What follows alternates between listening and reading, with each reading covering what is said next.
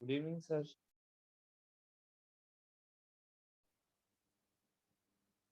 Guys, go through last lecture notes. Sir अब आपकी तबीयत कैसी है? ये तो अभी चलेगा बेटा, 16-17 डेज चलता है ना कम से कम। सर मुझे जीओसी की बुकलेट में डाउट है।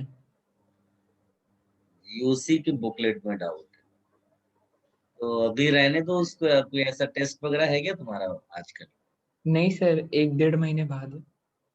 हाँ, तो अभी कोई अगर सेशन कभी डाउट्स वगैरह लगता है तो उसमें पूछ लेना और है ना।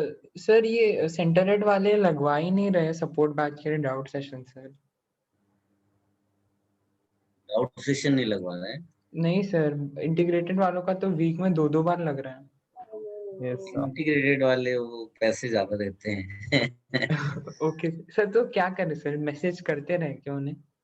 मैसेज कर सकते हो, और अगर नहीं होता है तो मान लो 15 डेज के बाद हम कोई एक सेशन को, डाउट सेशन पहले वीक में स्टार्टिंग में ही डिक्लेयर कर देंगे, है ना, जो एंड वाला सेशन होगा उस वीक का।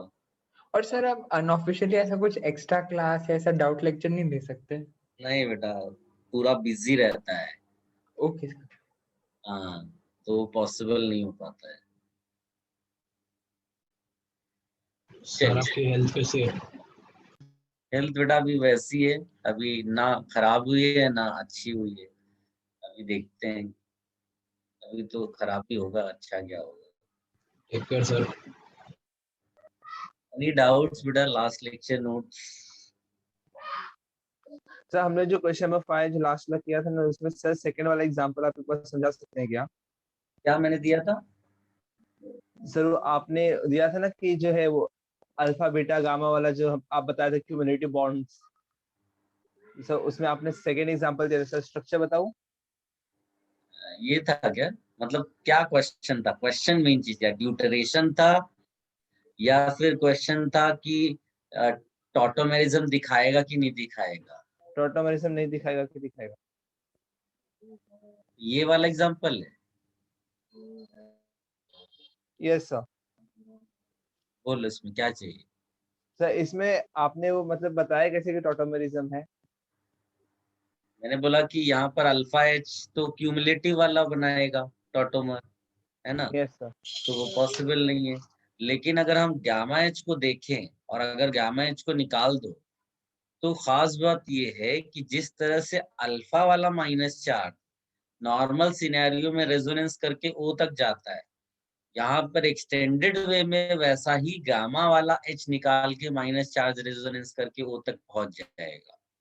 यानी कि जो काम एक नॉर्मल अल्फा एच कर रहा था वही अब गामा वाला भी कर रहा है। तो हमारे लिए ऐसे एग्जाम्पल में गामा एच भी एनोलाइजेबल एच हो जाएगा, यानी कि ये कंपाउंड टॉटोमेराइजेशन शो करेगा।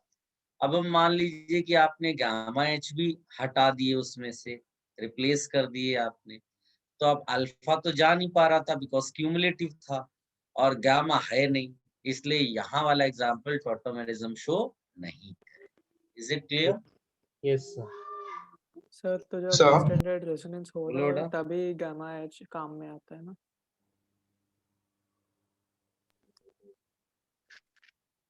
कुछ बोल रहे थे, आवाज ठीक से आई नहीं। सर जब एक्सटेंडेड रेजोनेंस हो रहा रहेगा तभी गामा एच को लेंगे ना?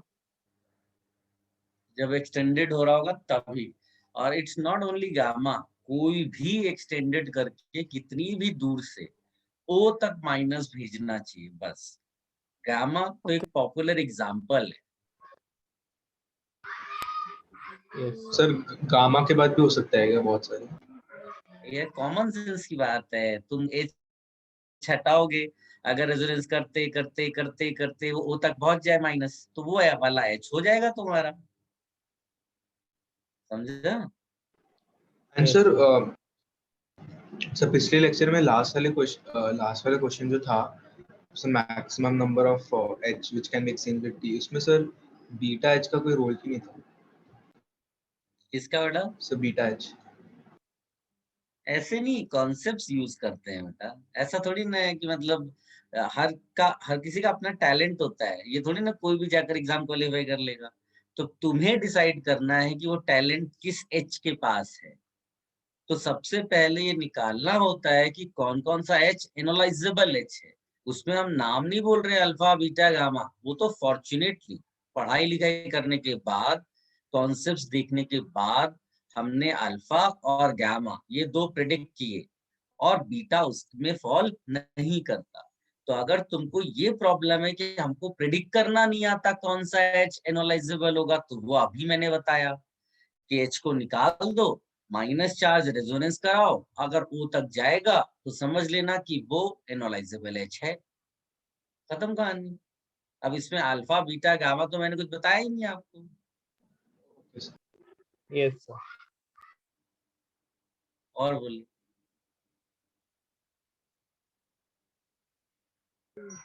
सर लेक्चर और तो कोई कंटिन्यू डाउट? कीजिए। क्या बेटा? सर लेक्चर कंटिन्यू कीजिए। अभी एक मैं लेवल अप क्वेश्चन आपको देता हूँ, लास्ट लेक्चर से भी ज्यादा डिफिकल्ट। ये आप कर लो तो बहुत ही अच्छी बात है, नहीं करोगे तो भी ठीक ही है।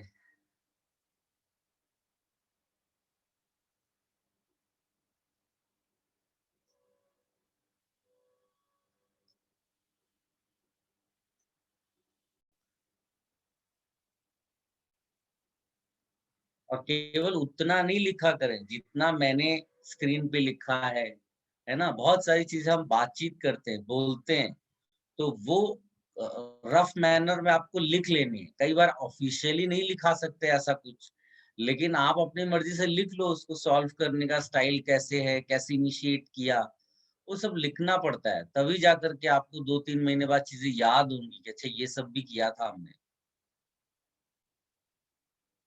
Yes sir.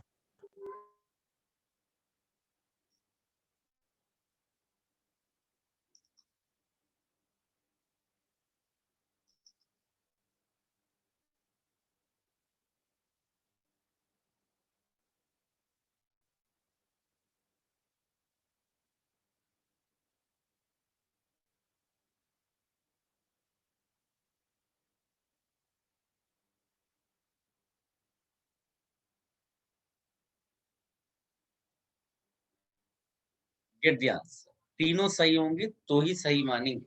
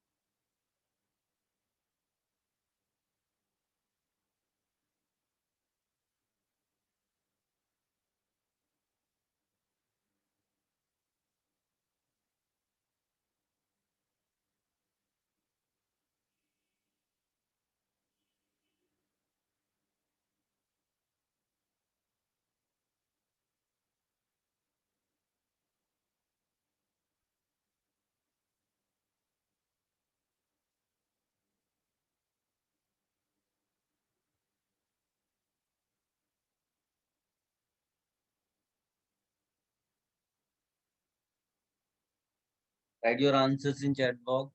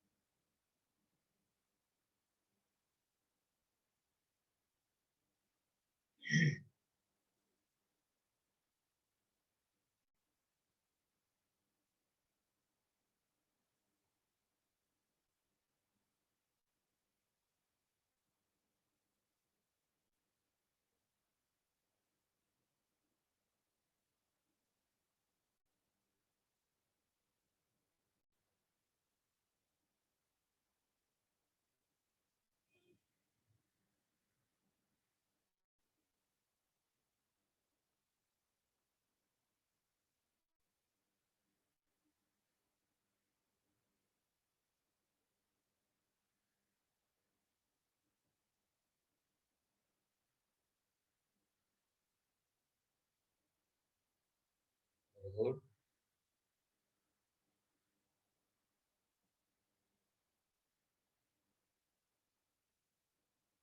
सबने सोच लिया?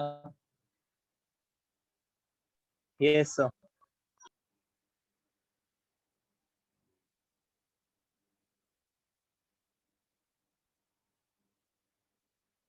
अभी ज्यादातर लोगों के आंसर गलत हैं।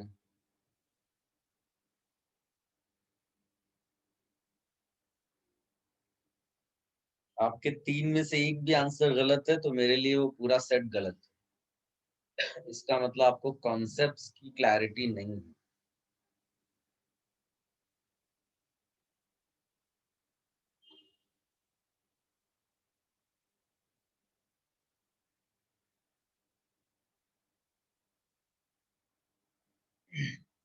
Guys,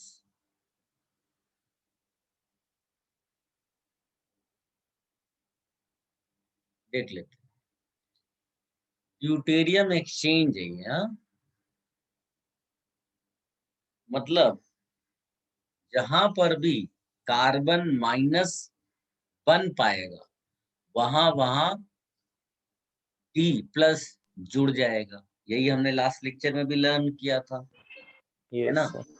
yes sir. कि पहले आप जहां पर आपको लगता हो कि ये वाला H एनोलाइजेबल है, उस H को माइनस हटा के माइनस दे दो कार्बन को, फिर चेक करो क्या वो रेजोनेंस करते हुए किसी दूसरे कार्बन एटम पे जा रहा है, और अगर जा रहा है तो उस कार्बन पे अगर H है तो वो D से एक्सचेंज होगा, ये मान लेना है। क्लियर है? तो देखो इसको, सबसे पहले तो क्या ये वाला H एनालाइजेबल होता है? No sir. No sir. ये sir. तो No, sir. तुम्हारी फैमिली का है भाई।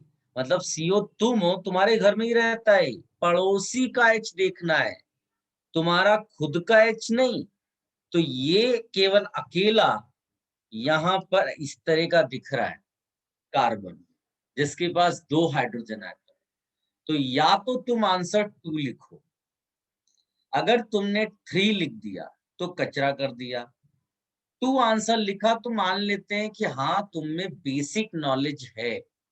3 लिख दिया तो पता नहीं कहाँ की नॉलेज ले आए आप। सिंपल था, अल्फा एच यहाँ था और वहां पर आपको 2 हाइड्रोजन दिख रहा है।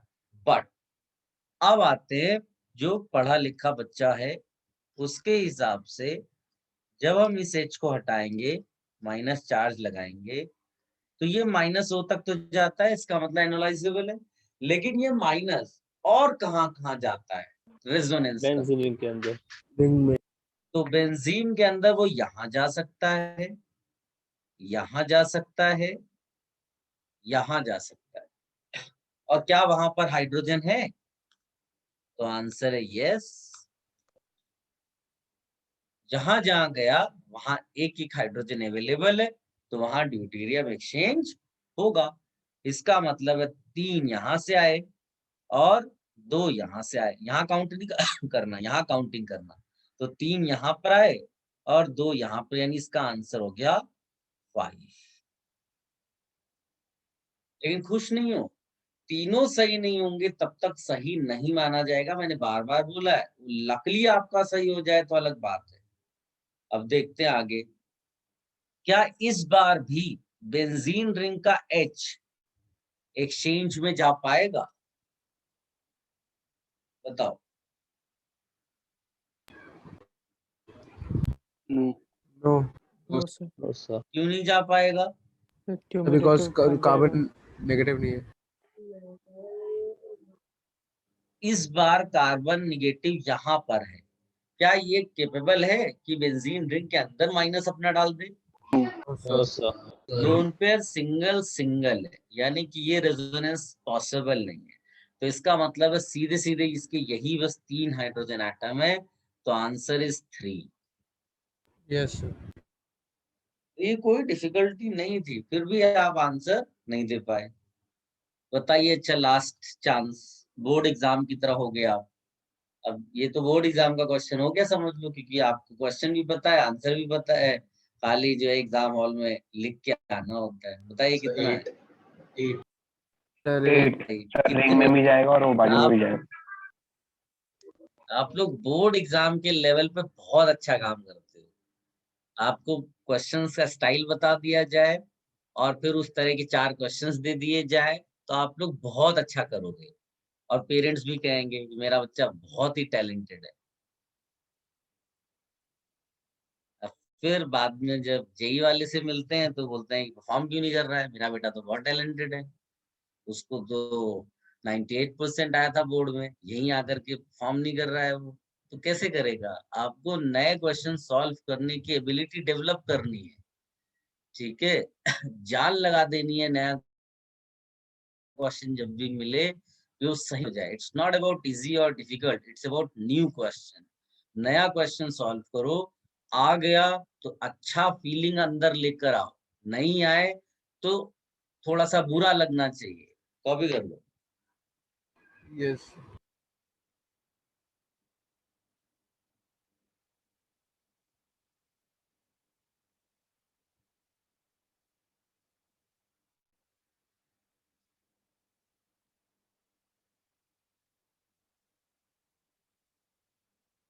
सर। यस तो मुझे डाउट है सर, जब वो नेगेटिव कार्बन हो जाता है सर, जब वो माइनस जब जाता है रिंग में तो फिर क्या होता है वहाँ? वहां पर माइनस आ जाएगा तो उसका मतलब है कि उस माइनस पे डी प्लस चिपक सकता है। अच्छा yes sir.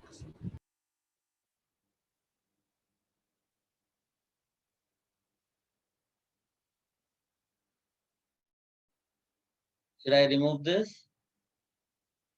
Wait, One sir. minute, sir. Oh.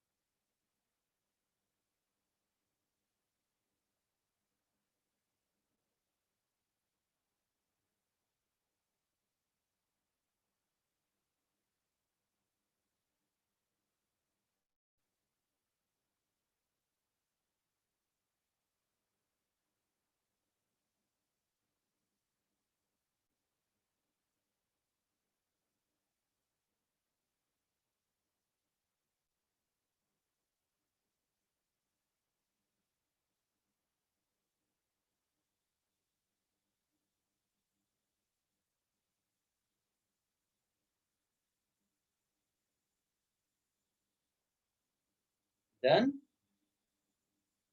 Yes. Yes sir.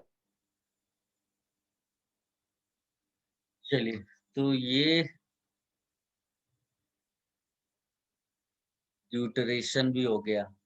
मैंने आप लोगों को वो परसेंटेज जो एनॉल फॉर्म में एग्जांपल्स दिया है क्या? परहैप्स दिया ही होगा। Yes, sir. 99.99, 96% इस तरह का दिया है ना एक ऑर्डर? नहीं सर, बस एक आपने दिया था 95% वाला, जिसमें बल्कि ग्रुप था, तो आपने जो है 3 जगह पर जो मिथाइल ग्रुप सर वो तो आपने डाटा दिया था क्वेश्चन के थ्रू।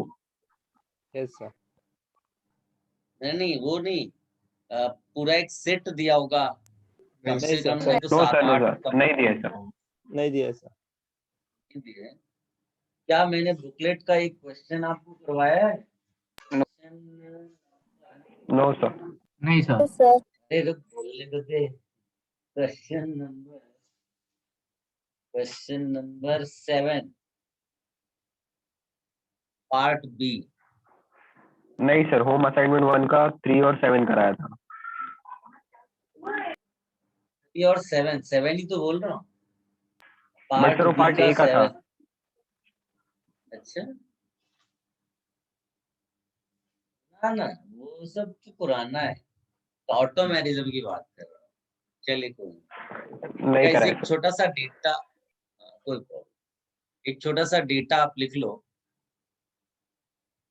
हो सकता है तुम्हें एग्जाम में डायरेक्ट इसमें से ही आ जाए नहीं तो क्या, एक आइडिया तो तुमको ये देगा ही। परसेंटेज ऑफ एनॉल फॉर्म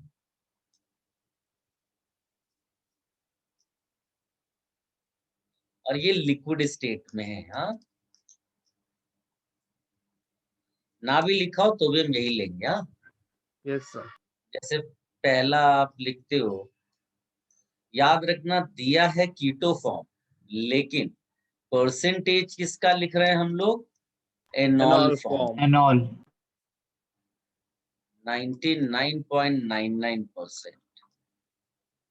ठीक है, फिर एक्टिव मिथाइलिन वाला एग्जांपल, बट इसकी खास बात ये है कि benzene ring increases the acidic strength of that active methylene.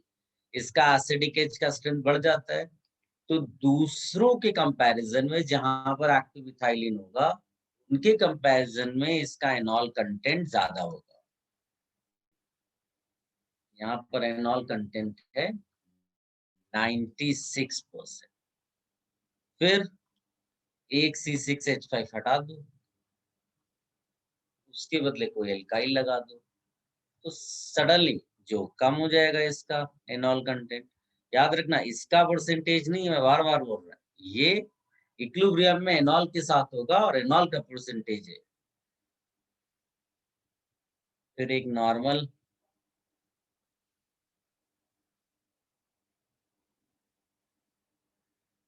ये करीब करीब 76%। फिर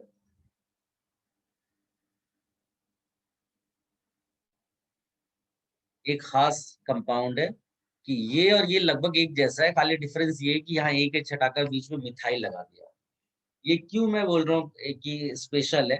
बिकॉज इसका परसेंटेज 50 से नीचे ड्रॉप कर जाता है, यानी कि जब तक नॉर्मल टाइप का है एक्टिव मिथाइलिन तो 50% प्लस है एनॉल कंटेंट। जैसे ही तुम्हारा एक भी बीच में एल्काइल लगा दिया तो वो 50 से नीचे आ गया, और ये बेस्ट एग्जाम्पल है उसका। फिर इसके बाद इसमें बैड क्रॉस कॉन्जुगेशन डाल दिया, तो बैड क्रॉस कॉन्जुगेशन डालोगे तो परसेंटेज डिक्रीज कर जाएगा फिर से, राइट। फिर दोनों तरफ बैड क्रॉस कॉन्जुगेशन डाल दो तो परसेंटेज बहुत ज्यादा डिक्रीज कर जाएगा, इतना डिक्रीज कर जाएगा कि इसमें अब हम लोग लिखते हैं नेग्लिजिबल। ठीक है, ये इसका ज्यादा है। अब इसके बाद आएगा CH3, CHO, CH3, इसका इन दोनों का भी नेग्लिजिबल है। नेग्लिजिबल एक्चुअली तीनों है, समझ लो 3 जीरो है, 3 जीरो में कंपैरिजन कर लो।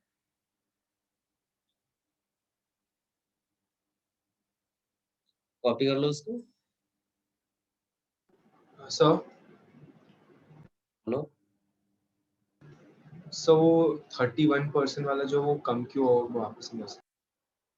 तो एसिडिक स्ट्रेंथ कम हो जाती है ना बीच वाले जो CH है। Alkyl group electron releasing group है, electron releasing group acidic strength कम कर देता है। Okay sir.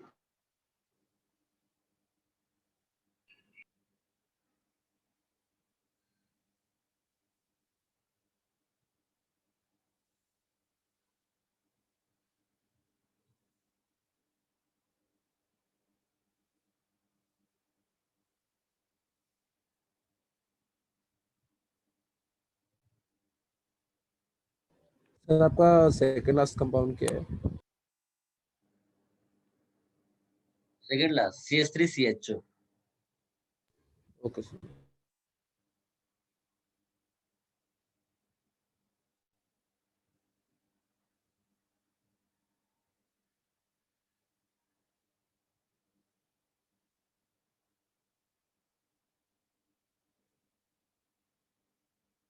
Sir hmm, sir अगर हम बैड कॉन्जुगेशन भी लगा दे और एक अल्काइल ग्रुप भी लगा दे CH2 में से एक अच्छा हटा के, तो फिर वो और भी कम हो जाएगा ना? हाँ okay sir.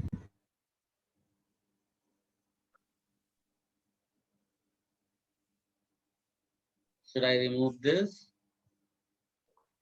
So wait for 30 seconds.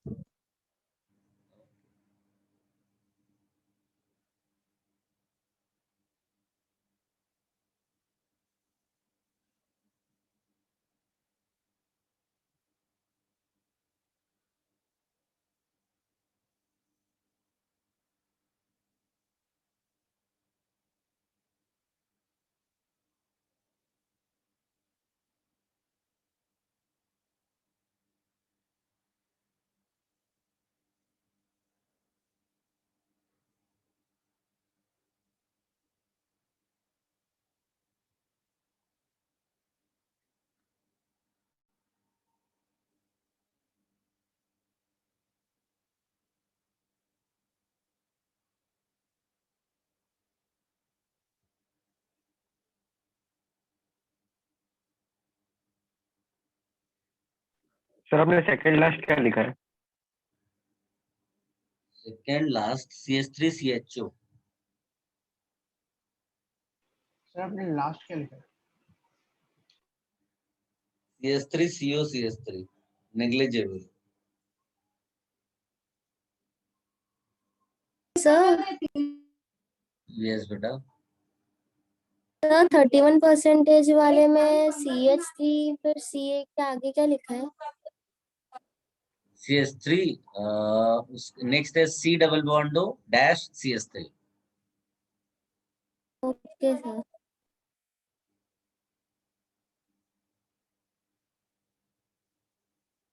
Sir last compound कौन सा है? CH3COCH3 acetone.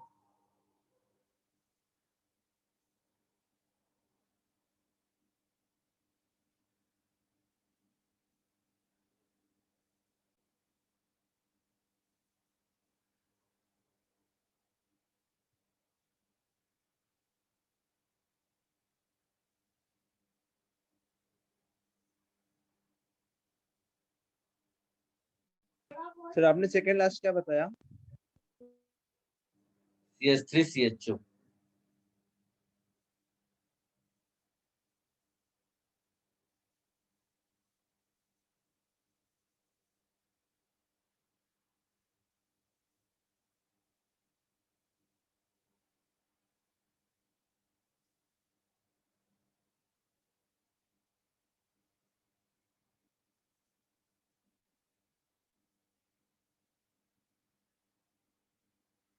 Done. Yes sir. Yes sir. Guys अब आप लोग जाइए, बुकलेट ओपन करिए और question number 7 part B home assignment 1 अपना दिमाग लगाइए, आपको लगभग सारे आंसर्स मिल जाएंगे। सोचना अच्छे ढंग से। हाँ, yes question number 7 part B home assignment 1।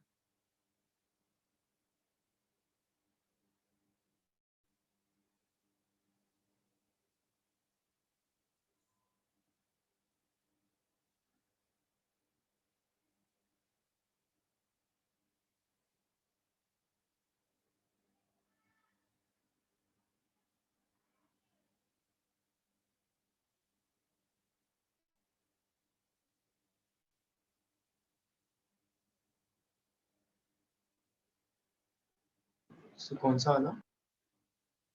Question number 7 बेटा, So home part assignment. B.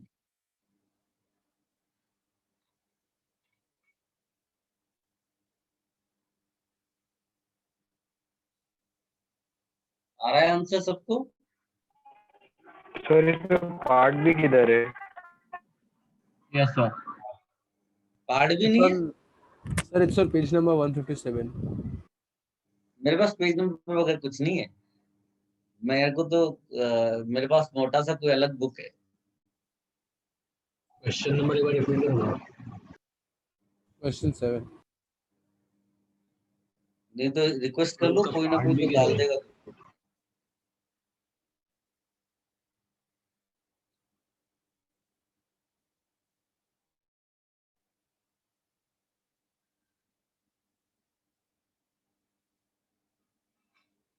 Sir PDF में केवल पार्ट ए है। वो मेन वाला होगा बेटा, यही मेन वाले में पार्ट भी नहीं देते लोग। सर मैंने वो कर दिया, फोटो सेंड कर दिया। सही किया।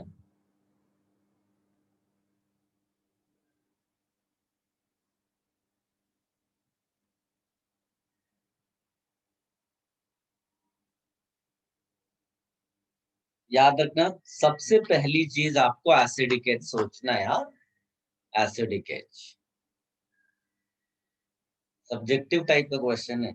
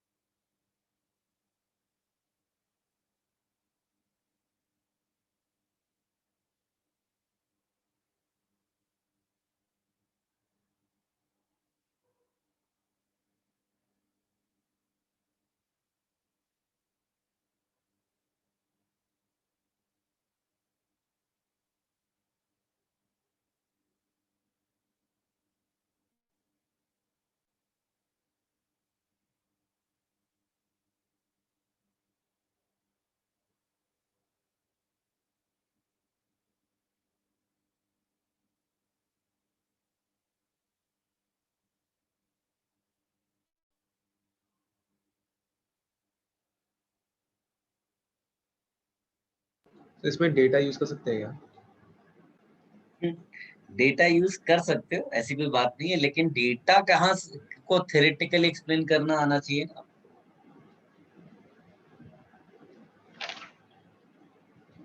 ओके।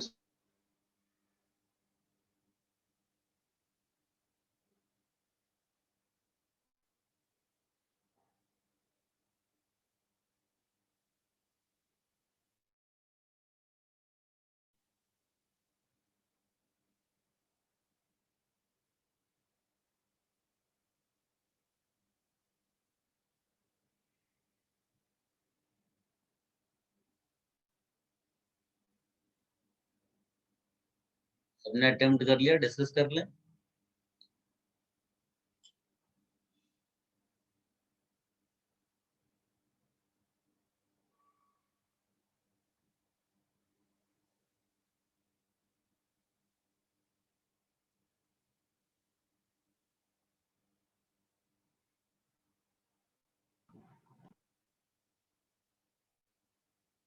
बिना आंसर चेक किए आप चैट बॉक्स में लिख सकते हैं आंसर।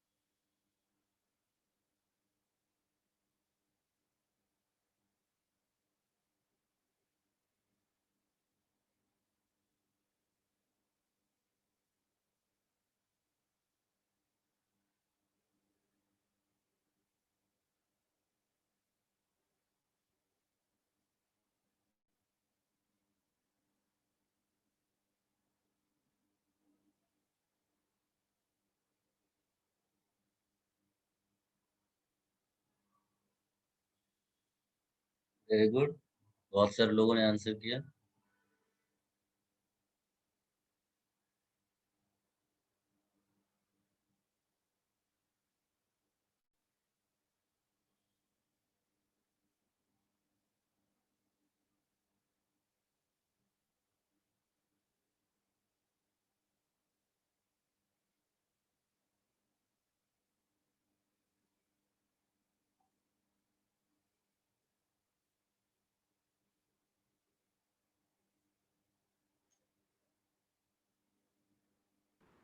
सर यस, सर इस पेज में एक डाउट है सर द 7.5% इनॉल कंटेंट वाले के नीचे जो नेग्लिजिबल कंटेंट वाला है वो दोनों कंपाउंड्स में डिफरेंस है? तीनों नो सर 7.5% वाला एंड देन उसके जस्ट नीचे वाला। है ना डिफरेंस, इधर ओ बीच में नहीं है ना, ओह यस यस इधर है। इसमें एक तरफ बैड क्रॉस कॉन्जुगेशन है, इसमें दोनों तरफ बैड क्रॉस कॉन्जुगेशन है। Okay sir. ठीक है, ये मिस्टेक हम लोग एग्जाम में करते हैं, इसलिए ध्यान देने की जरूरत है। हल्का भी डिफरेंस होगा, लगेगा एक जैसा, होगा नहीं।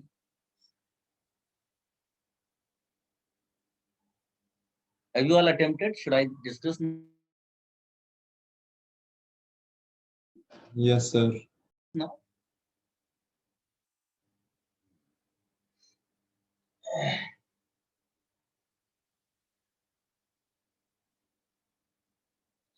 गाइस, वैसे तो आप ये जो मैंने डेटा दिया था इसको भी यूज करके आंसर निकाल ही लेते आप, लेकिन आप देखो जो इसका ए वाला पार्ट है उसमें CH3CHO का ज्यादा क्यों है? तो मैंने पहले भी बताया हुआ है, इसका जब H निकालते हैं जो कॉन्जुगेट बेस बनता है वो रेजोनेंस स्टेबलाइज्ड है। जब तुम इसका कॉन्जुगेट बेस बनाओगे वो भी रेजोनेंस स्टेबलाइज्ड है, लेकिन इसका H और इसका एक्स्ट्रा CH3 क्या करता है? CH3 is electron releasing group, तो बताइए वो माइनस को डिस्पर्स कराएगा या माइनस को और बढ़ा देगा? बढ़ा देगा। बढ़ा देगा। बढ़ा दे। तो कॉन्जुगेट बेस ज्यादा बेसिक हो गया, कम स्टेबल हो गया, तो पेरेंट क्या हो जाएगा? Less acidic. Less acidic.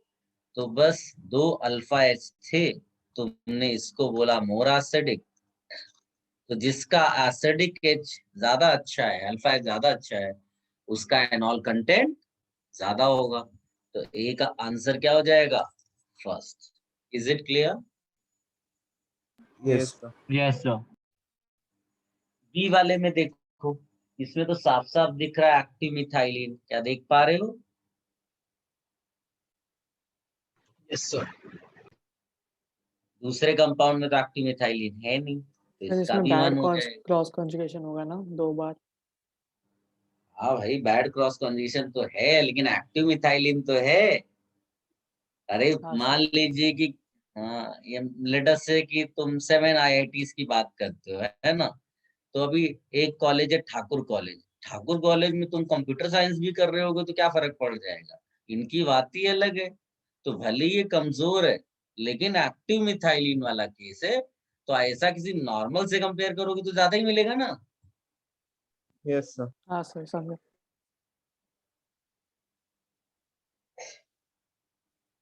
अब इसका नेक्स्ट वाले में देखो, तो नेक्स्ट वाले में दोनों एक्टिव मिथाइलिन वाले हैं, इसलिए अब बैड क्रॉस कॉन्जुगेशन पिक्चर में आएगा। किसमें कम बैड क्रॉस कॉन्जुगेशन है, सेकेंड कंपाउंड में या फर्स्ट कंपाउंड में? इसमें बैड क्रॉस कॉन्जुगेशन कम है। सर कम फर्स्ट वाले में। देख लो, डी वाले में बताओ। सर ज्यादा सेकंड वाले में। ज्यादा सेकंड वाले में क्रॉस कॉन्जुगेशन। सर फर्स्ट वाले में ज्यादा होगा। अब तो इसीलिए तो सेकंड का एनॉल कंटेंट ज्यादा लिखा ना मैंने। नहीं समझ में आया? नहीं सर।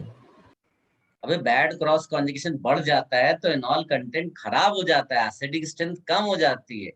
यस अब तुम ये मत बोलना कि यहाँ तो बोल रहे थे हम बैड क्रॉस में, लेकिन इसका कंपैरिजन एक नॉर्मल कीटोन के साथ था।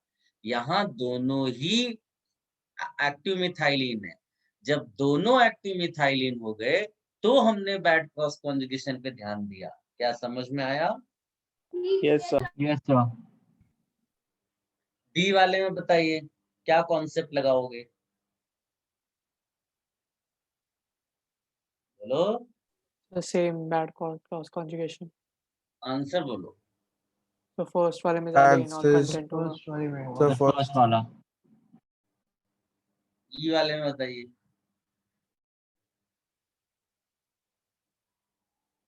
सही वाले में सेकंड। अभी second. हमें डेटा भी लिखा था, बेंजीन रिंग आ जाने से एक्टिव मिथाइलिन का एसिडिक स्ट्रेंथ बढ़ बढ़ जाता है। जाता है। एफ वाले में, पहले वाले में NO2 इज विथड्रॉइंग ग्रुप, दूसरे वाले में Cl is withdrawing group. NO2 is better withdrawing group, इसीलिए वो एनॉल कंटेंट ज्यादा बनाएगा, एसिडिक Yes. स्ट्रेंथ ज्यादा। जी वाला बिल्कुल जैसे ई था वैसे जी है। Sir one. दोनों सिंपल एग्जांपल है, लेकिन एक में बेंजीन रिंग लगी है, एक में नहीं लगी है। One. Any difficulty? Sir D वाला पार्ट में क्या?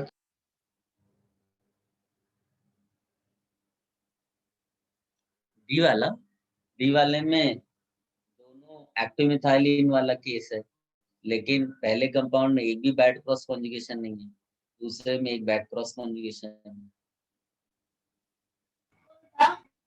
सर F1G वापस बता दो। कौन सा? F और G। इलेक्ट्रॉन विड्रॉइंग ग्रुप देखो, एफ वाले में NO2 इलेक्ट्रॉन विड्रॉइंग कंपैरिजन हो रहा है Cl के साथ, तो NO2 इज बेटर ना, तो एसिडिक स्ट्रेंथ बढ़ा देगा। एसिडिक स्ट्रेंथ बढ़ेगा तो फिर एनॉल कंटेंट बढ़ जाएगा।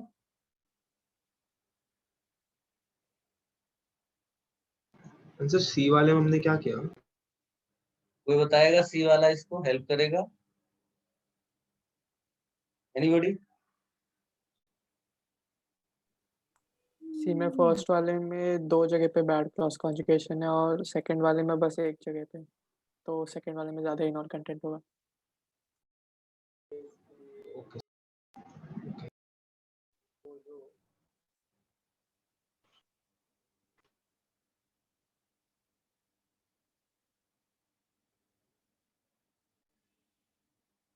Should I remove this? 1 minute sir। Okay.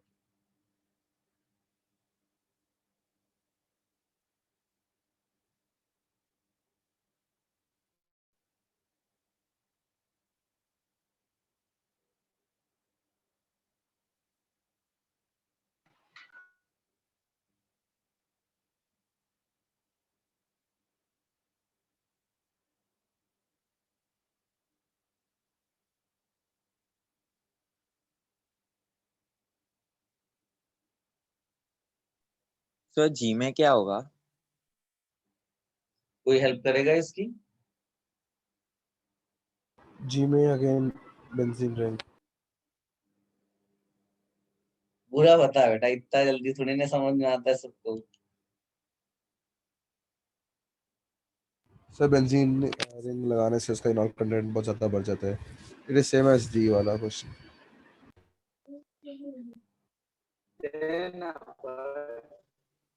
D वाला नहीं, ई वाला, ई वाला।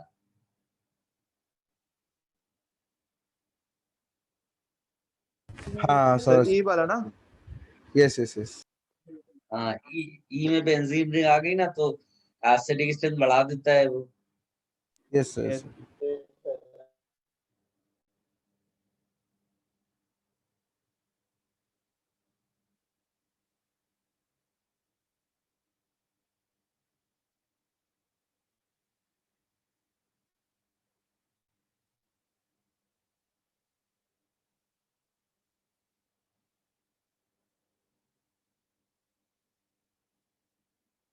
Sir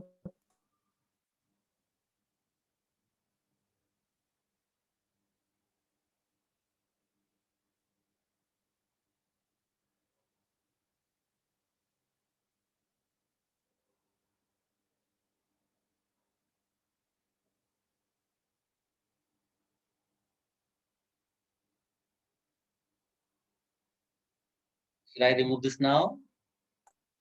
sir doubt yes sir. बोलो ना। सर जी वाले में ऐसा नहीं कह सकते क्या कि फर्स्ट वाले में एरोमेटिसिटी है तो उसका कीटो फॉर्म ज्यादा स्टेबल होगा। एरोमेटिसिटी कहाँ आ गई बेटा? एरोमेटिसिटी अगर एनॉल बनने से आता, समझे कि नहीं? मान लो कि जो है घर वालों ने यूरोप ट्रिप का, आजकल तो नहीं बनाएंगे, यूरोप ट्रिप का प्लान बनाया, ठीक, तुमसे पूछा नहीं लेकिन तुमको ले जा रहे हैं, तो उसमें तुमको क्या कोई इम्पोर्टेंस मिली क्या? तुमसे पूछा भी नहीं गया कि कहाँ जाना है तुम्हें, समझे? ये वैसी कहानी है कि मतलब कि बहुत ही कोई इम्पोर्टेंट चीज है वो, लेकिन क्या वो एनॉल बनने की वजह से आया है क्या, या वो पहले से ही एरोमेटिक है? बताओ। पहले से ही है। तो वैसे ही ये समझ लो कि घर वाले डिसीजन लेते हैं, तुम्हें केवल इन्फॉर्म करते हैं, तुम खुश हो सकते हो, दुखी हो सकते हो, कोई फर्क उससे नहीं पड़ रहा है, लेकिन तुम्हारी इंपॉर्टेंस घर पे बहुत खराब है। अगर तुम्हें लूप में लेकर कोई डिसीजन लिया जाए, मतलब जब तक तुम घर में प्रेजेंट नहीं हो, वो ये डिसाइड नहीं करते खाना क्या बनना है, क्या कहाँ घूमने जाना है, कौन सी मूवी देखनी है, तो समझ लो कि तुम्हारे घर वाले तुमको बहुत ज्यादा इंपॉर्टेंस देते हैं। समझ गए? हाँ सर समझा। हाँ, So तो can you go वैसे back he to the previous question? Aromatic previous उसमें फिर जाना है। ये बोलो बेटा, हो गया हो तो आगे सर बढ़े, बोलो। सर एफ फिर से समझा दो ना प्लीज। यार कोई इसको समझाए ना यार। यस सर मैं समझता हूँ। हाँ हाँ, थैंक यू। एफ वाले में हमें चेक करना है कि कौन से ज्यादा एसिडिक है, क्योंकि एफ वाले में फर्स्ट वाले में NO2 लगा हुआ है और सेकंड वाले में Cl लगा हुआ है। हालाइट से ज्यादा इलेक्ट्रॉन विड्रॉइंग ग्रुप NO2 है, इससे इसमें ज्यादा एनॉल कंटेंट होगा as compared to the second one, and hence the answer.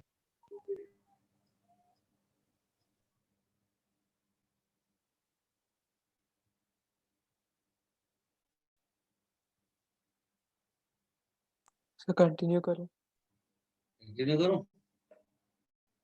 Guys, ये तो हो गया अपना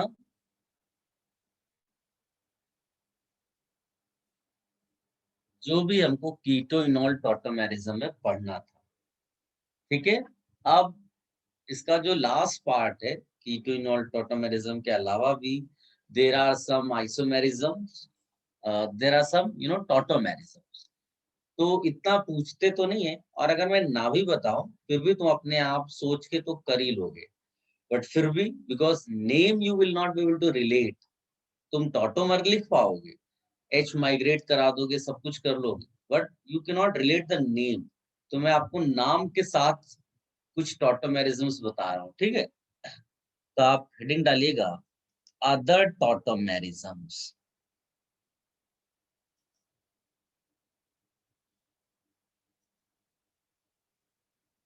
अदर टॉटोमेरिज्म्स, अदर टॉटोमेरिज्म में नंबर 1 लिखिएगा फिनॉल कीटो टॉटोमेरिज्म। और तो कोई खास डिफरेंस नहीं है, ये भी कीटो इनॉल वाला ही है।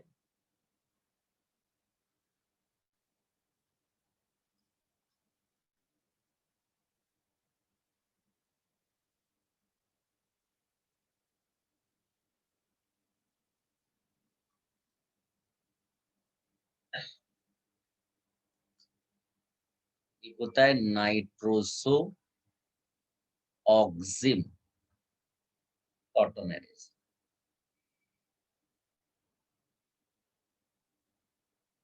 Nitroso oxime tautomerism CH3 CH2 N double bond, इसको बोलते हैं नाइट्रोसो, नाइट्रोसो फॉर्म बोलते हैं। अब इसको जब तुम टॉटोमर बनाओगे इसका, तो ऐसा कुछ डिफिकल्ट तो है नहीं, जैसे कीटोन होता था C डबल बॉन्ड हो, यहाँ N डबल बॉन्ड हो है, तो C डबल बॉन्ड हो के बाजू वाला कार्बन से H निकालते थे और O को देते थे, वही काम यहाँ कर दो आप। तो ऐसा कुछ बहुत बड़ा डिफरेंस नहीं है, खाली कंपाउंड के नाम बदल गए। इसको हम ऑक्सिम बोलते हैं, and this tautomerism is nitroso-oxime tautomerism. ठीक है, कॉपी कर लो और भी बताता हूँ। नाइट्रोसो मतलब कौन सा ग्रुप हुआ? अभी जिसके नीचे लिखा जीव यार ये तो नेम प्लेट पढ़ के तुम फिर पूछते हो अंदर कि ये यहीं रहते हैं। सर इनमें नॉर्मल टॉटोमेरिज्म से क्या डिफरेंस है?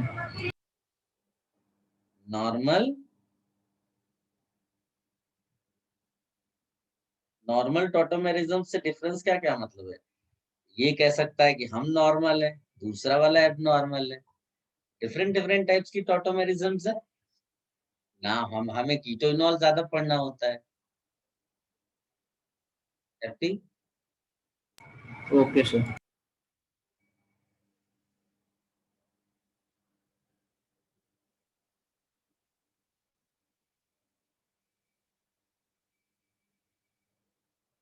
Shall I remove this? 1 minute sir.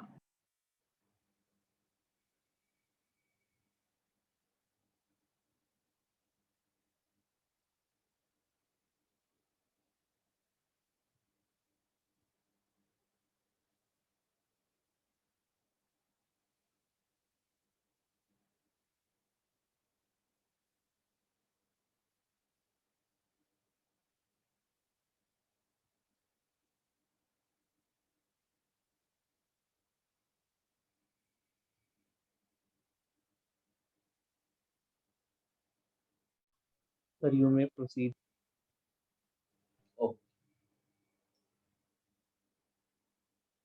Guys, इसी तरह एक नाम है नाइट्रो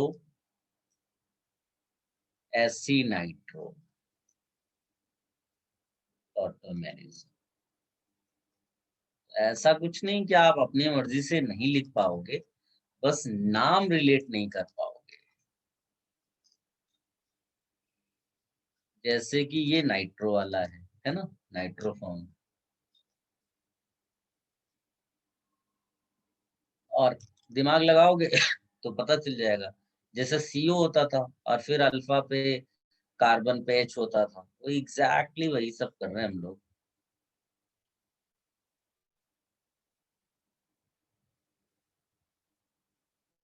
इसको एसी नाइट्रो बोलते हैं। ठीक है, इसी तरह से एक होता है एमाइडो इमिडॉल टॉटोमेरिज्म।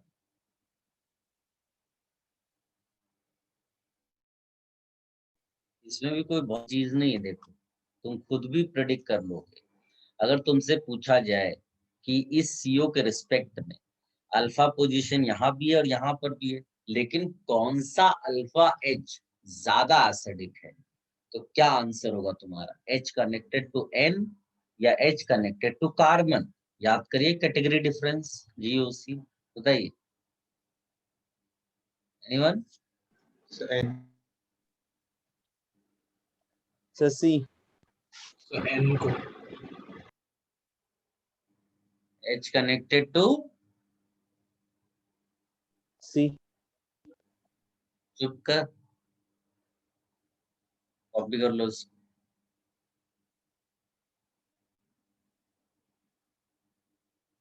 GOC रिवाइज करो।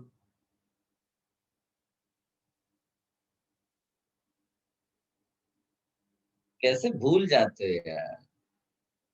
कितनी सिंपल सी चीज, कितनी आसानी से मैंने बताया है कि कैटेगरी पहले चेक कर लो। कैटेगरी चेक करो। रटाया गया है कि भैया IIT बेटर है, ठाकुर कॉलेज उतना अच्छा नहीं है, लेकिन मान ही नहीं रहे हो। तो सेम क्वेश्चन आया फिर भी नहीं बता पाए। पूछा गया तुम रेस में जीतोगे कि टाइगर, तो अपने ऊपर इतना ज्यादा कॉन्फिडेंस था, बोले हम जीतेंगे। ऐसे कैसे हो जाएगा? सो फोर्थ वाले में नाम क्या उसका वापस बता सकते हैं? AMIDO IMIDOL।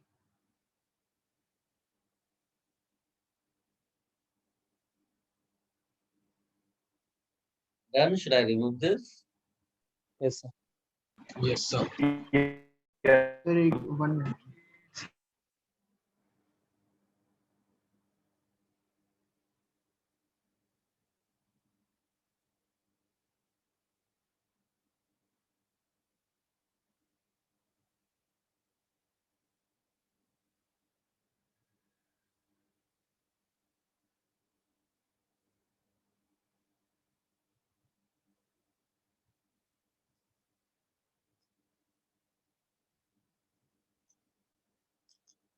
क्वेश्चन ऐसा कुछ आते नहीं है इतना, लेकिन अभी कुछ नया देने अगर चाहेंगे तो फिर आ जाएगा।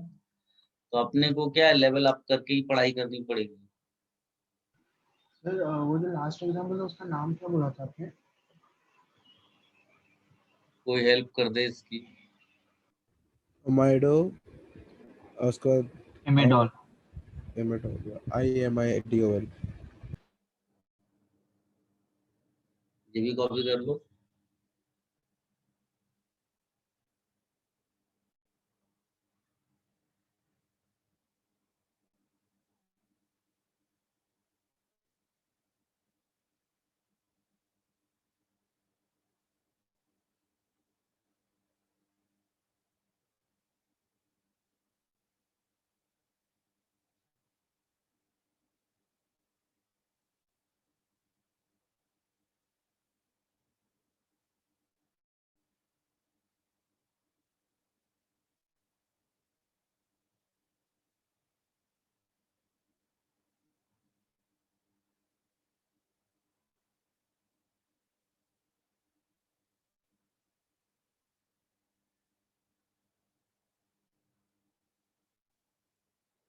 इसको भी कॉपी कर लो।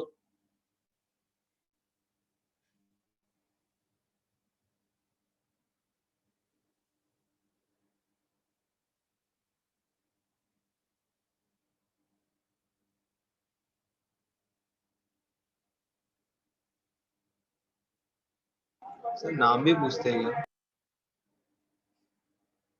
अभी तक पूछा तो नहीं है, लेकिन ऐसा भी नहीं बोला हम नहीं पूछेंगे।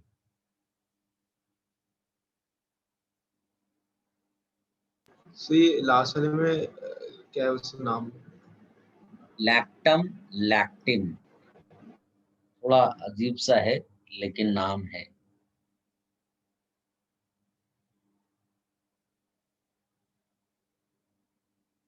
Should I remove this? Wait Yes, sir. sir. Wait. sir. Okay.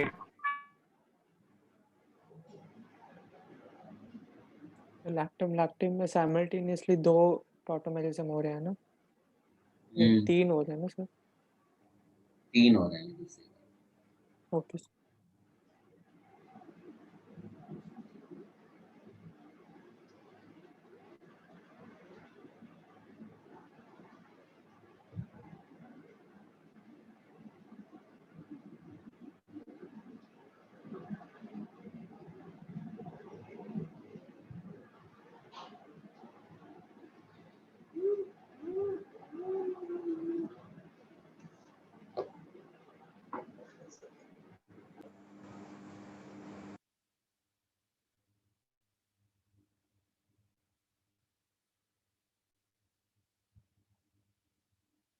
Done sir.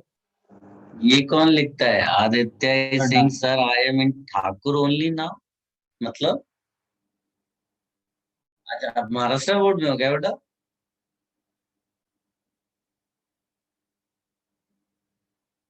Yes sir. Sorry यार, मैं वो ठाकुर कॉलेज की बात नहीं कर रहा हूँ, मैं इंजीनियरिंग कॉलेज है इनका ठाकुर वालों का, उसकी बात कर रहा हूँ। Yes sir.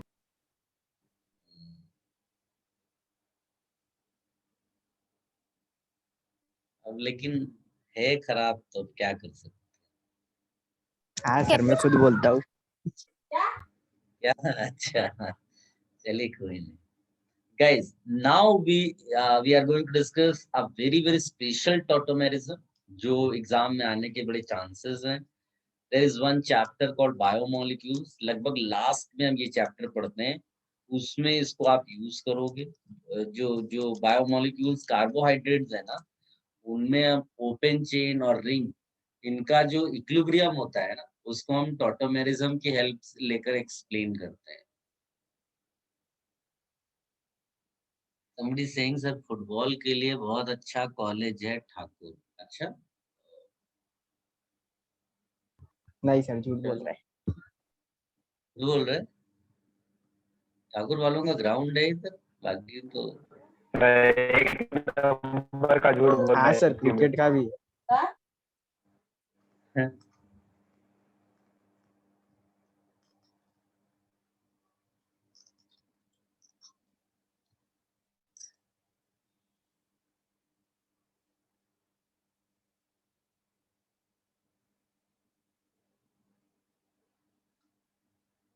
गाइस, ये एक कंपाउंड मैंने लिया, ठीक है। अभी इसमें तुम्हें उतना समझ में नहीं आ रहा होगा, ये एक ओपन चेन है। हाँ, अब ये रिंग में कैसे कन्वर्ट होगा, अगर रिकॉल करो तो हम लोगों ने एक रिंग चेन आइसोमेरिज्म भी पढ़ा हुआ है, याद है ना आपको? ये Yes, sir. Ring chain isomerism, ये रिंग चेन टॉटोमेरिज्म। तो डिफरेंस रिंग चेन आइसोमेरिज्म और रिंग चेन टॉटोमेरिज्म में ये है कि रिंग चेन आइसोमेरिज्म जो होती है ना, उसमें दो अलग अलग कंपाउंड्स है, वो एक दूसरे में कन्वर्ट नहीं होते, राइट। वो डिफरेंट कंपाउंड्स एग्जिस्ट करते हैं, बस हम उनके रिलेशन को बोलते हैं कि वो आइसोमेरिज्म है। जबकि यहाँ क्या होगा, यहाँ जो दो फॉर्म्स आप लिखोगे, एक रिंग में होगा, एक चेन में होगा, लेकिन वो इंटर कन्वर्टेबल है, वो एक दूसरे की उसमें इक्विलिब्रियम में है। आरे गड़ी में पॉइंट जो मैं बोल रहा हूँ यहाँ पर। Yes, sir. तो अभी कैसे ये टॉटोमेरिज्म यहाँ पर आता है वो देख लेते हैं। Somebody saying my voice is lagging, क्या आवाज मेरी नहीं आ रही है? क्लियर है। No, sir. It's uh perfect. रही आ रही है। आ रही है सर। हाँ वही तो, मेरा तो इधर नेटवर्क फुल है। चलो, तो मैं इसका डिजाइन थोड़ा बदलता हूँ, तो इससे तुम्हारी फीलिंग्स बदल जाएंगी।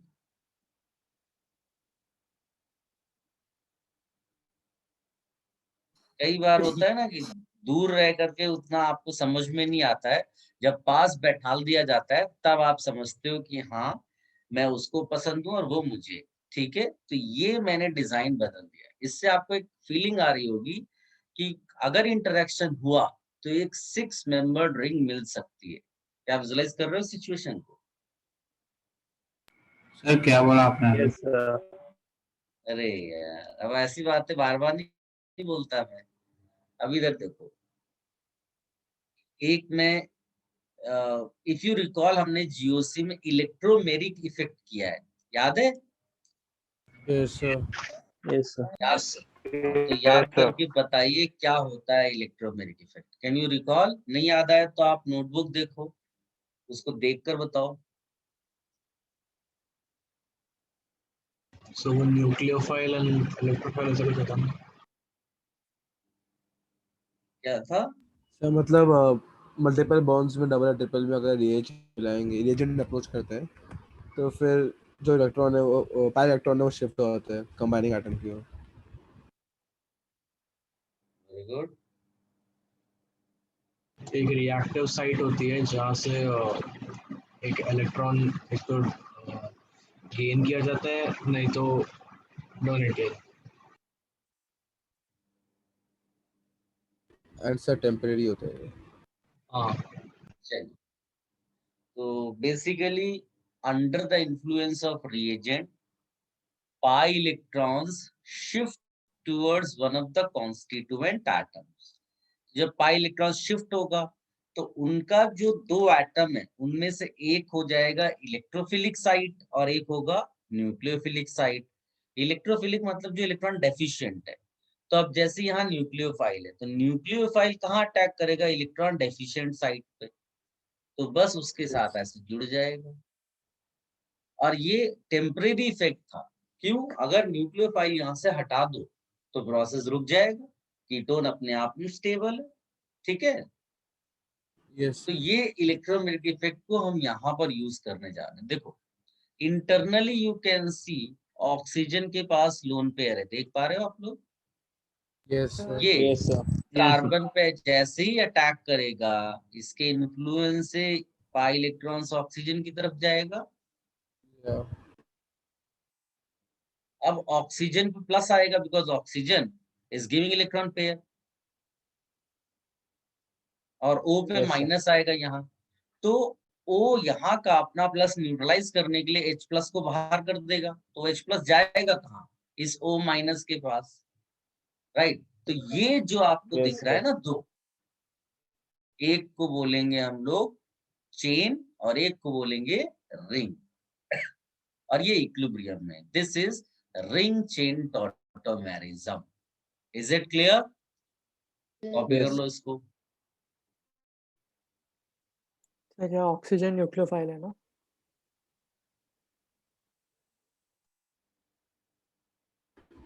Oxy. OH is a nucleophile.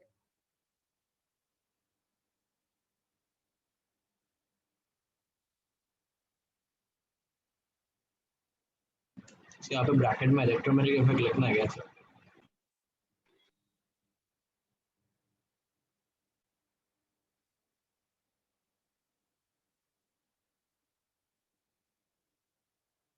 Sir Yes. Sir electromagnetic effect सिर्फ इस केस में लग रहा है कि हर एक रिंग चेन टॉटोमेरिज्म में ये लग सकता है। ये तो मैंने केवल एग्जांपल आपको दिखाया, जहां भी अच्छा। पाई इलेक्ट्रॉन्स का केस होगा वहां हमेशा ऐसा हो जाएगा। ठीक है सर, ठीक है।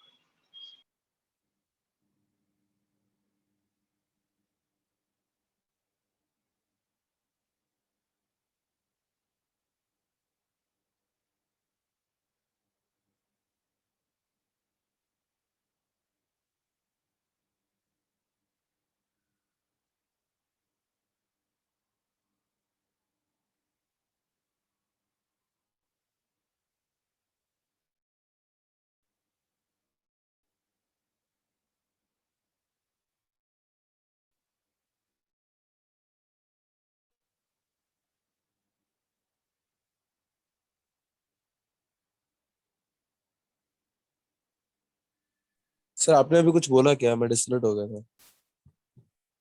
नहीं बेटा, अभी नहीं बोला। Okay sir.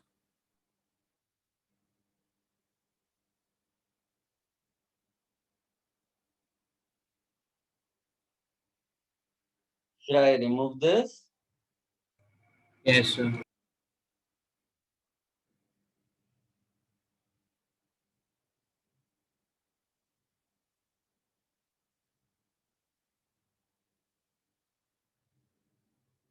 Guys, एक और है जो अभी तक तो नहीं आया एग्जाम में, बट ये पूछा जा सकता है, जिसको बोलते हैं हम लोग वैलेंस टॉटोमेरिज्म।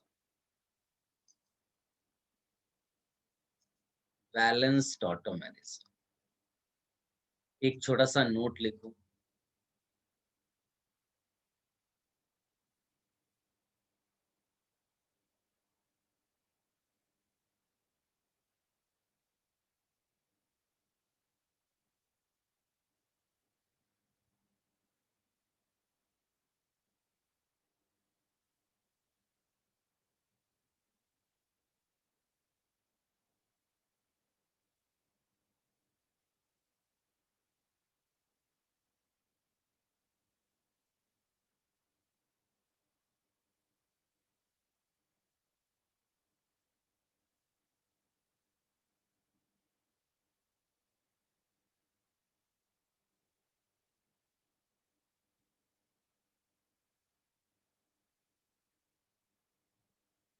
लिखिएगा, it involves redistribution. It involves redistribution of valence bonds, not atoms. It involves redistribution of valence bonds, not atoms.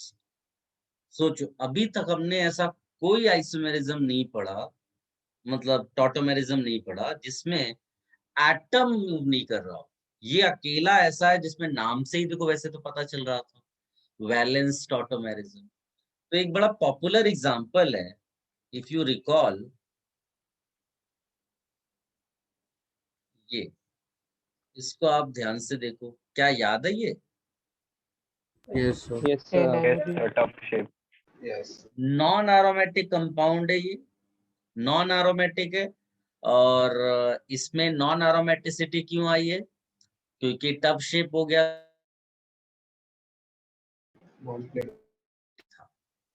तो अगर तुमने इसका दूसरा फॉर्म लिखा जो ऐसे दिखेगा,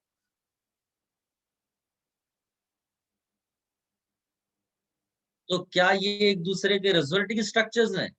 देखने में लग रहे हैं बट है नहीं। तो हम लोग यहाँ क्या बोलेंगे? हम लोग यहाँ पर बोलेंगे कि ये दोनों एक दूसरे के टॉटोमर्स हैं। रेजोनेंस तो इनहिबिटेड है ना, क्या आप समझ पाए? Yes, sir. यस।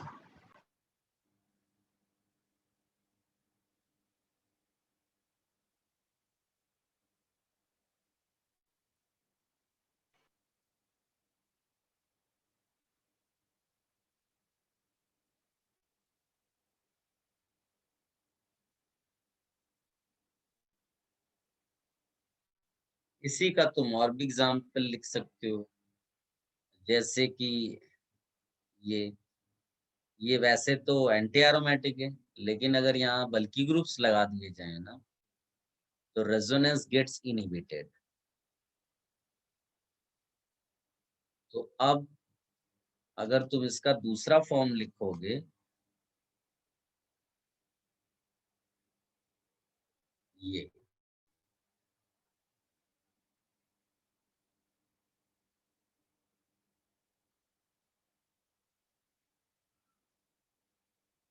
तो ये दोनों रेजोनेटिंग स्ट्रक्चर्स नहीं बोले जाएंगे क्योंकि रेजोनेंस तो इनहिबिटेड है। इनको क्या बोलेंगे? Valence tautomers. क्लियर है? कॉपी कर लो।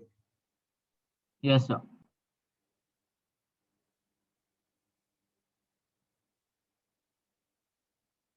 सर दोनों सेम ही तो है।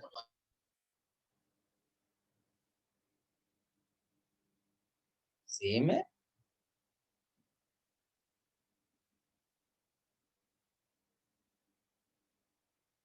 नंबरिंग कर लो 1 2 3।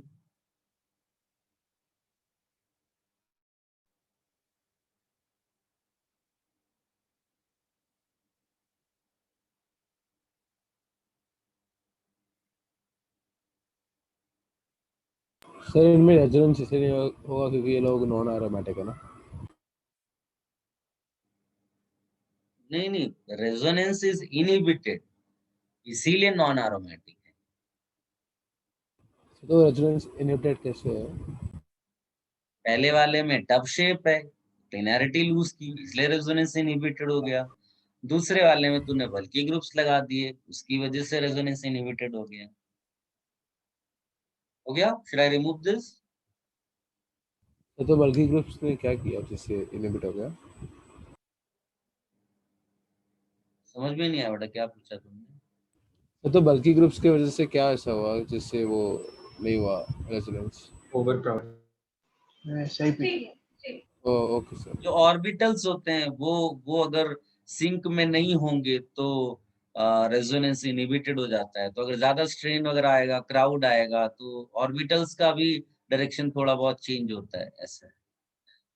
Okay sir, got it. Sir hmm, so tub वाले में टॉटोमर्स के हमको वापस बता। क्या बोला बेटा आपने? सो फर्स्ट वाले में टॉटोमर्स क्यों है सर? फर्स्ट वाले में क्योंकि रेजोनेंस है नहीं, लेकिन अब वैलेंस बॉन्ड्स इधर से उधर ट्रांसफर हुए तो वो आपस में टॉटोमर्स कहलाते हैं, ऐसा हमने नोट करके डेफिनेशन लिखा है। चलो Should I remove this?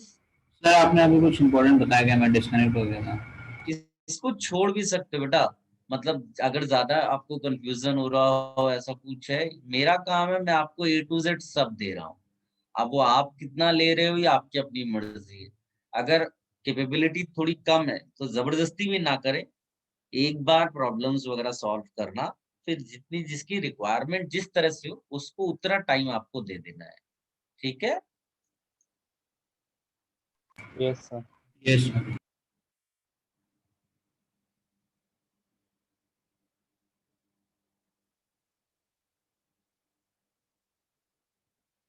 इसी में एक और एग्जांपल आप लिख लो। सेकंड वाले में भी रेजोनेंस नहीं था ना?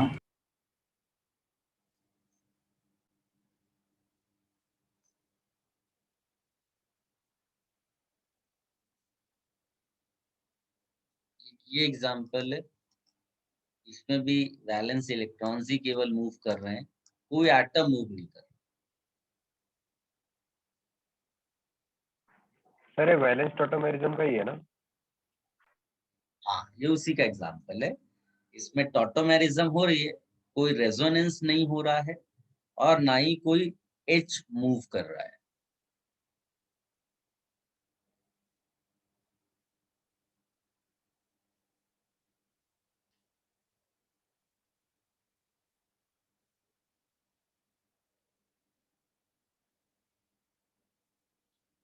इसको भी कॉपी कर लो।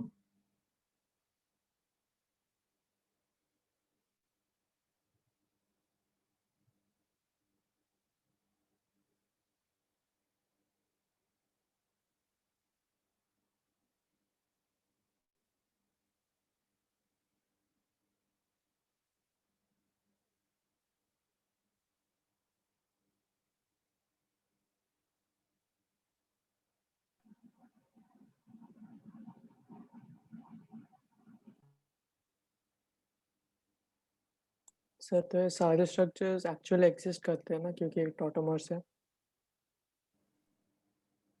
टॉटोमर्स इक्विलिब्रियम में एक साथ एग्जिस्ट करते हैं। डन।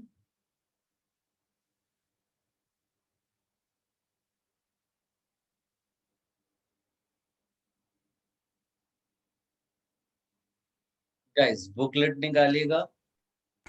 सर आप एक बार लास्ट वाला साइड दिखा सकते हैं? सर ये थर्ड एग्जांपल में भी रेजोनेंस नहीं होगा ना? अरे भाई, रेजोनेंस और आइसोमेरिज्म दो अलग अलग चीजें हैं, एक साथ नहीं होती। ये बार बार पूछने की जरूरत ही नहीं है। Done sir. होम असाइनमेंट 1 पे जाइएगा, question number 31, part A.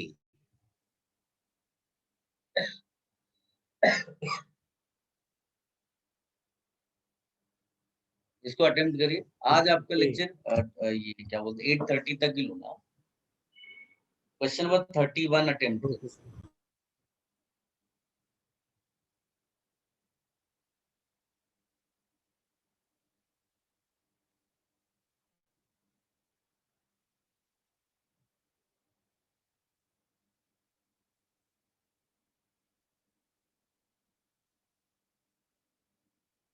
So home assignment 1 part A, right? Home assignment 1 part A, question number 31। Okay, sir.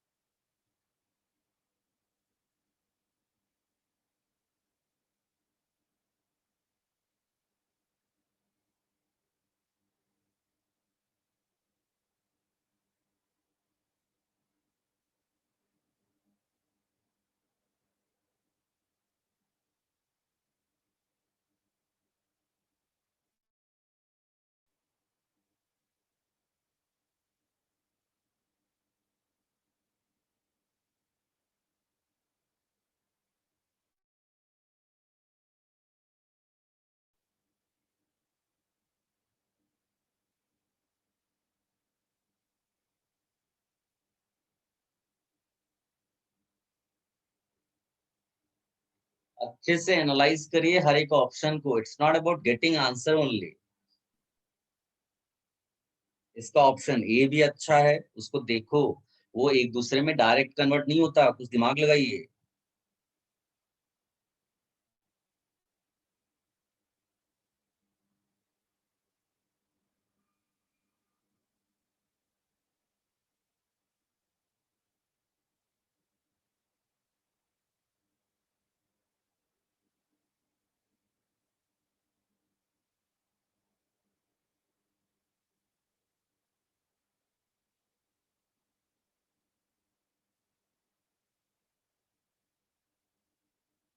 कर लिया सबने? Yes sir. यस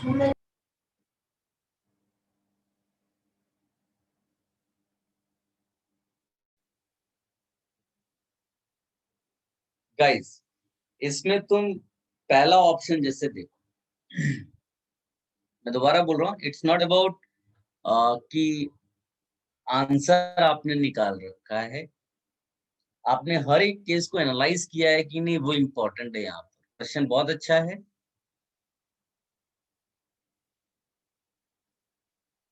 जैसे पहला वाला ऑप्शन देखो,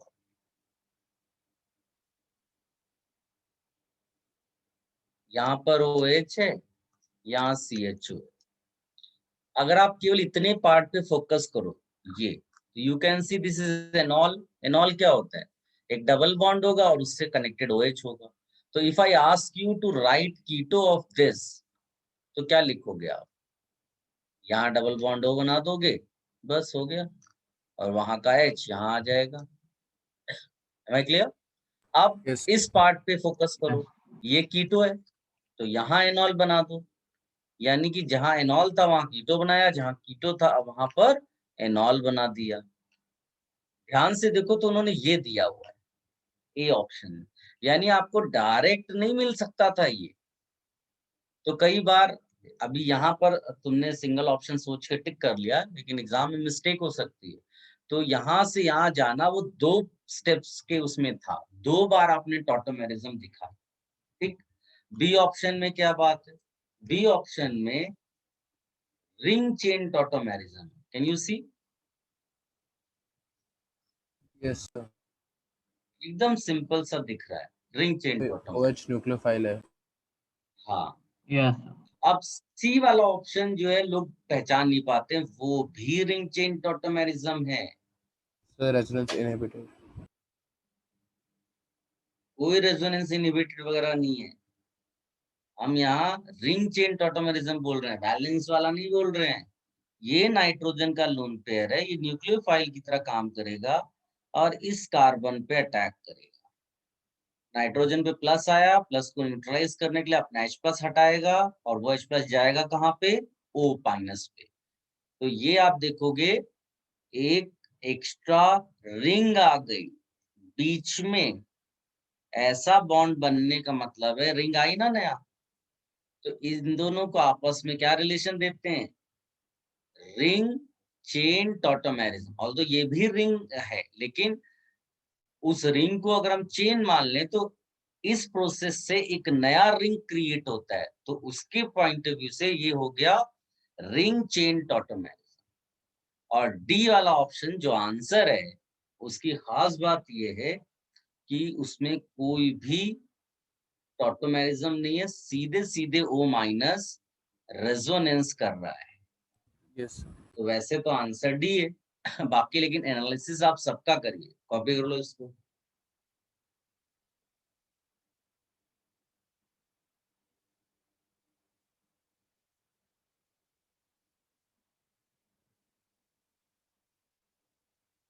sir is the lecture over? क्या बेटा? Sir lecture over? Yes, lecture is over. Now, if you have copied, then you can leave.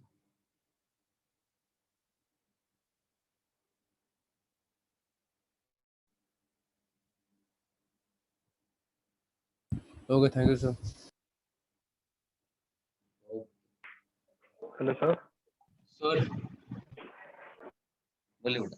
Sir could you explain third part again? ये वाला? हाँ sir.